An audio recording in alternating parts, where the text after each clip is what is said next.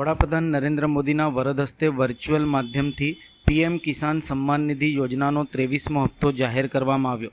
આ યોજના અંતર્ગત ગુજરાતના 51,28,000થી વધુ ખેડૂત પરિવારોને 1,025 કરોડ રૂપિયાની વધુની સહાય સીધી ડીબીટી મારફતે ખાતામાં જમા કરવામાં આવી। ડભોઈના 17 ગામ પટેલ સમાજ વાડી ખાતે યોજાયેલા કાર્યક્રમમાં મોટી સંખ્યામાં ખેડૂતો ઉપસ્થિત રહ્યા હતા।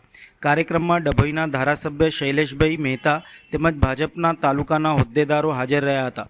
કાર્યક્રમ દરમિયાન મિલેટ મેળા અને કૃષિ મેળાનું પણ આયોજન કરવામાં આવ્યું હતું, જેમાં ખેડૂતોને કૃષિ ક્ષેત્રની નવી માહિતી અને યોજનાઓ અંગે માર્ગદર્શન આપવામાં આવ્યું હતું।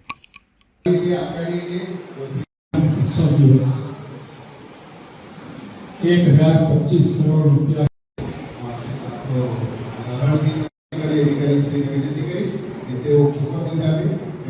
आज पीएम किसान उत्सव दिवस અને એના અંતર્ગત આપણા વડાપ્રધાન નરેન્દ્રભાઈ મોદીએ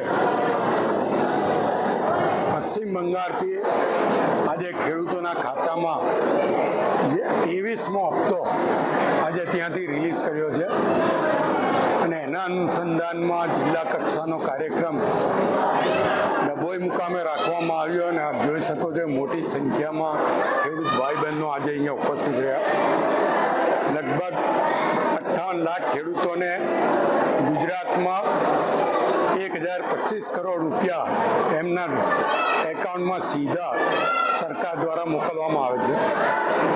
ત્યારે કોઈ પણ વચેટિયા વગર 23 હપ્તા કેન્દ્ર સરકાર દ્વારા મોદી સાહેબ દ્વારા જ્યારે ખેડૂતોને આપવામાં આવ્યા છે, ખેડૂતોમાં એક આનંદનો ઉત્સાહનો દિવસ છે।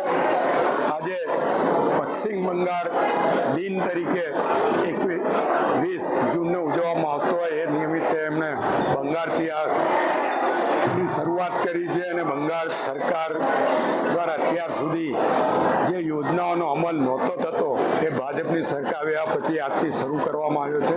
એ બદલ એમણે ત્યાંના લોકોને અભિનંદન પણ આપ્યા છે। ત્યારે હું અહીંયાથી વડાપ્રધાન મોદી અને આપણા મુખ્યમંત્રી ભૂપેન્દ્રભાઈ પટેલનો પણ આભાર માનું છું અને ખેડૂતોના પ્રતિનિધિ તરીકે ખેડૂતોને આ સહાય કરવા બદલ દિલથી સરકારને અભિનંદન, આભાર અને આનો સદુપયોગ ખેડૂતો કરે એ જ અભ્યર્થના।